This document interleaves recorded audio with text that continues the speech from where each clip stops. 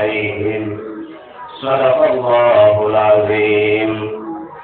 وقال الله تبارك وتعالى في شأن نبينا مخبرا وآمرا: إن الله وملائكته يصلون على النبي يا أيها الذين آمنوا صلوا عليه وسلموا تسليما. اللهم صل على سيدنا مولانا محمد وعلى آل سيدنا مولانا محمد. أما بعد، উপস্থিত আজকে মুজাহিদ দরবার শরীফের বাৎসরিক ইসরায়েলের সব ওয়ানওয়ারে মাদানী মাদ্রাসার ওয়াজ মাহফিলের সম্মানিত সভাপতি সৈয়দ শামসুল আহমদ রাদিয়াল্লাহু আনহু, উপস্থিত উলামায়ে কেরাম, মুরব্বিয়ানে কেরাম, যুবক ভাই সকল, আহমদ মুস্তফা মোহাম্মদ মুস্তফা সাল্লাল্লাহু আলাইহি ওয়াসাল্লামের আশিক সকল, আজকে আমরা এক ওলির বাড়ি ইসরায়েলের সব মাহফিল, এক নুরানি মুবারক মাহফিলের মধ্যে আমরা শরীক হইলাম পারছি। সে আমরা আল্লাহর দরবারে আপনার শুকরিয়া আদায় করি। আলহামদুলিল্লাহ। আমি আপনাদের সামনে আয়াতে কারিমা তিলাওয়াত করছি সূরা ফাতিহা থেকে। আল্লাহ রাব্বুল ইজ্জতে ফরমাইছেন ইহদিনাস সিরাতাল মুস্তাকিম। আমরা আল্লাহর কাছে দোয়া করি, সূরা ফাতিহার নাম হইল কি দোয়া, সূরাতুল দোয়া। আমরা আল্লাহর কাছে দোয়া করি যে আল্লাহ আমরা ইহদিনাস সিরাতাল মুস্তাকিম, সঠিক রাস্তার মধ্যে আমরা চালাতে পারি। সঠিক রাস্তা কোনটা? সিরাতাল লাযীনা আনআমতা আলাইহিম।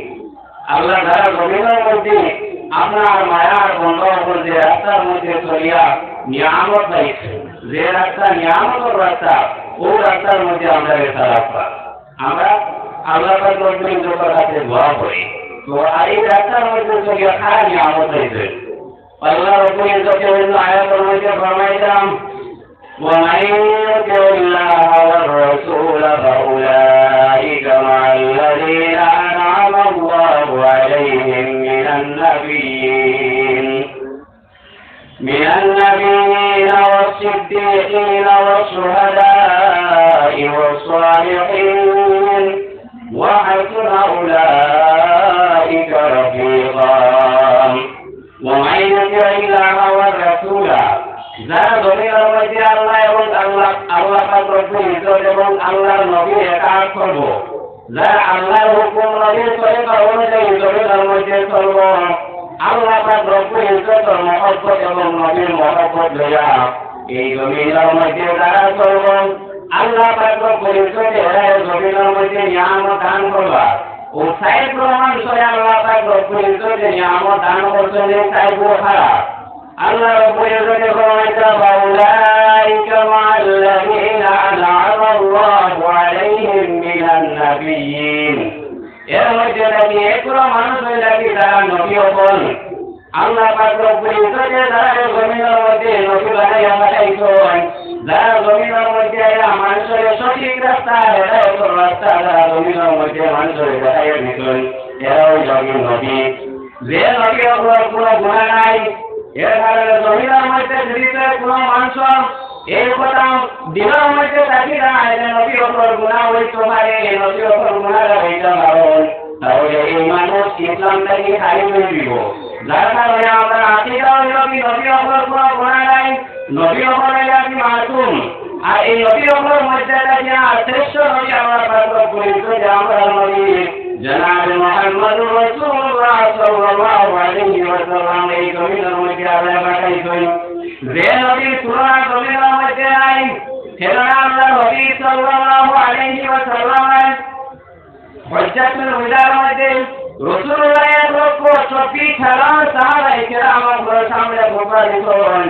আর রাসূলুল্লাহ ফরমাইছেন যে আমার সাহাবীগণ, আমি তোমাদের কাছে বুঝবার দিয়া দেয় আর নসিহত করিয়া দেয়া আর যে আমি নবী মুহাম্মদ রাসূলুল্লাহ পরে জমিনের মধ্যে আর কোন নবী হইতা নাই, আমি মুহাম্মদ রাসূলুল্লাহ নবী খাতামান নবী। সাহাবায়ে কেরাম বলে ওপরে রাসূলুল্লাহ হুঁশিয়ারি দিয়া গেছে, ও সাহাবী হল আমি জমিনটাকে দাবার পরে কত মানুষ জমিনের মধ্যে নবুয়তি দাবি করলাম, জমিন তো আমি নবী, এই জমিনটাকে দাবার পরে কোন মানুষের জমিন নবুয়তি দাবি হয়ে যায়, তাহলে আমার সাহাবী হল যারা কি হচ্ছে ওই নবী লিখা নবুয়তির দাবিদার সে খুব আমার নবী ওই প্রমাণ করা হয়, তুমি চাইলে এর উপরে কখনো ঈমান আনিও না। রাসূলুল্লাহ হযরতের উঠার মধ্যে সাহাবায়ে কেরামকে ওসিয়ত করিয়া গেছে। তো এর মধ্যে লাগি এগুলো লাগি নবী হল যারা নিয়ামত রাস্তার মধ্যে চলছেন, যারা আল্লাহ পাক বলেছে যে নিয়ামত দান করছেন, আর দুই নম্বরে লাগি সিদ্দিকিন। সিদ্দিকিন লাগি নবীর সাহাবায়ে কেরাম হল যে সাহাবায়ে কেরাম হলের জমিনের মধ্যে আল্লাহ এবং আল্লাহর রাসূলের আজ্ঞা দ্বীন ইসলামের আজ্ঞা এই জমিনের মধ্যে সাহাবায়ে কেরাম হলে জাহান্নাম সব কিছু এই জমিনের মধ্যে সাহাবায়ে কেরাম হলে কুরবান হয়ে গেছে ভাই। আগে সাহাবায়ে কেরাম হলে এই জমিনের মধ্যে কষ্ট করে দ্বীন ইসলাম রক্ষা করার কারণে আজকে আমরা এইরকম মিসাইলে সব জমিনের মধ্যে আমরা ভাইয়া সাহাবায়ে কেরাম হলে জিন্দগি কুরবান করতে না, তাহলে এইরকম মুবারক মহফিল আমরা পেলাম না। সেটা এই সাহাবায়ে কেরাম হলো দান এত বাড়িল কিতাব লাগিলাম, এই সাহাবায়ে কেরাম হলো অন্তরের মধ্যে পৃথিবীর মধ্যে যত কিছু আছে সব চাইতে গিয়া সাহাবায়ে কেরাম হলো অন্তরের মধ্যে আমরা নবী মুহাম্মদ রাসূলুল্লাহর মহব্বত দেখিলাম। সুবহানাল্লাহ।